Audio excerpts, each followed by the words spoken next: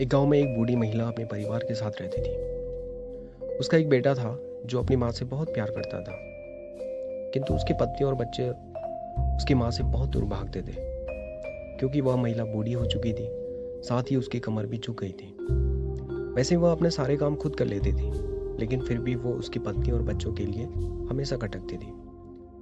दादी, आप ऊपर के कमरे में जाओ, मेरे दोस्त आ रहे हैं, विमल के बेटे अखिल ने बड़ी बेरुखी से कहा।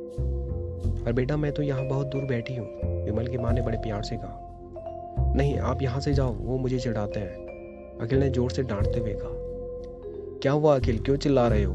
विमल की पत्नी कामनी ने किचन से ही आवाज लगाई।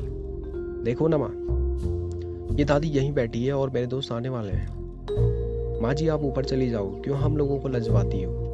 कामनी ने बेटे का पक्ष लेते हुए कहा। बेचारी सरस्वती चुपचाप उठकर जीने के सहारे ऊपर जाने लगी। कमर झुकी होने के कारण उन्हें ऊपर चढ़ने में परेशानी हो रही थी, किंतु वो पूरी ताकत से ऊपर के एक कोने वाले कमरे में जाकर बैठ गई। विमल बाजू के कमरे से ये सब सुन रहा था। उसे दुख हो रहा था कि उसकी माँ को अपमानित होना पड़ रहा है, लेकिन वो मजबूर था। अगर वो कुछ कहता तो पत्नी और बच्चे उसका विरोध करने लगते।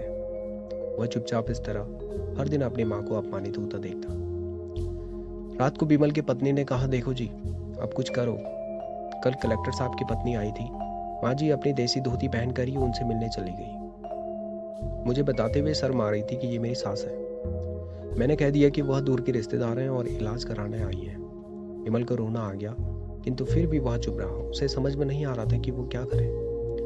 अपने बेटे की मनस्थिति को सरस्वती अच्छी तरह से जानती थी, और बेटा दुखी ना हो इसलिए वो हर बात को चुपचाप सह लेती थी।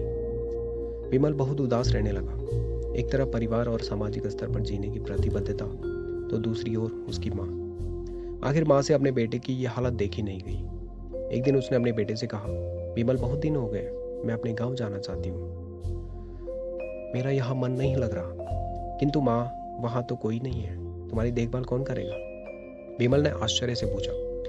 तभी बहू ने कहा, सब गांव वाले तो है ना, और तुम्हारे मामा जी भी तो उसी गांव में रहते हैं। कामनी को तो जैसे मन की मुराद मिल गई हो। हाँ बेटा, बहू सही कह रही है, सरस्वती ने लंबी सांस लेते हुए कहा। विमल जानता था कि गांव में माँ की देखभाल करने वाला कोई नहीं है, लेकिन पत्नी की जिद के कारण वो अपनी माँ को गांव छोड़ने पर विवश हो गया। माँ आते वक्त उसे रोना आ रहा था और अपनी बेबसी पर गुस्सा भी, किंतु परिवार, पत्नी और समाज ने उसके इन मनोभावों को दबा दिया। कुछ दिनों के बाद उसके चाचा, जो अमेरिका में रहते थे, आने वाले थे। जब विमल बहुत छोटा था तब वो भारत आए थे, और उसके बाद वो अब भारत आने वाले थे।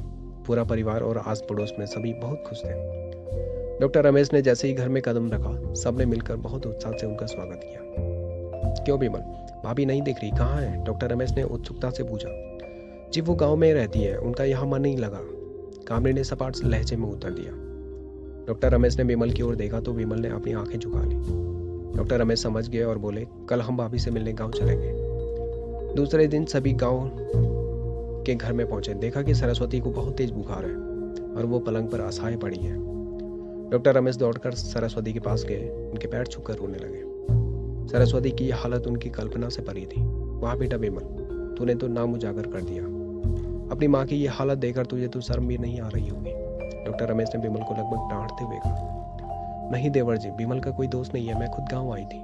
सरस्वती ने अपने बेटे का बचाव किया। मुझे सब पता चल गया है भाभी, आप चुप रहो। क्यों बहू, तुम्हें अपनी सास की कुरूपता पसंद नहीं है? समाज में तुम्हें नीचा देखना पड़ता है ना? डॉक्टर रमेश ने कामनी की ओर तंगे से देखा। कामनी निरुत्तर होकर विमल को देखने लगी। आज तुम जिस सामाजिक स्तर पर हो वो इन्हीं के संघर्षों की देन है। और बेटा विमल, तुम्हें शायद मालूम ना हो कि बचपन में जब तुम 1 साल के थे तब छत से नीचे गिरने के कारण तुम्हारी एक आंख फूट गई थी और तुम्हारी रीढ़ की हड्डी में भी समस्या थी। तब तुम्हारी इस कुरूप माँ ने ही अपनी एक आंख और अपना बोन मैरो तुम्हें देकर इतना सुंदर स्वरूप दिया था।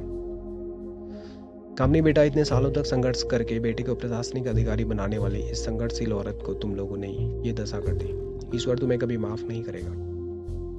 डॉक्टर रमेश की आंखों से अश्रुधारा बह रही थी।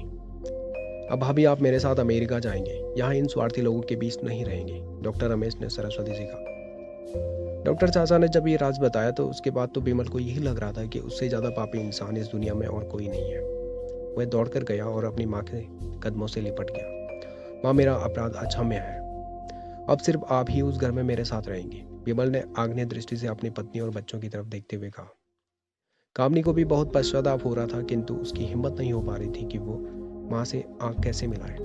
सरस्वती ने कामनी की मनस्थिति को समझकर उसको पुचकारते हुए अपने पास बुलाया और विमल को डांटते हुए कहा, खबरदार, जो मेरी बहू को मुझसे अलग करने की कोशिश की, तुझे ही घर से निकाल दूंगी। कामनी और बच्चों ने सरस्वती के पैर पकड़ते हुए अपने व्यवहार पर माफी मांगी और माँ के हृदय ने सबको माफ कर दिया।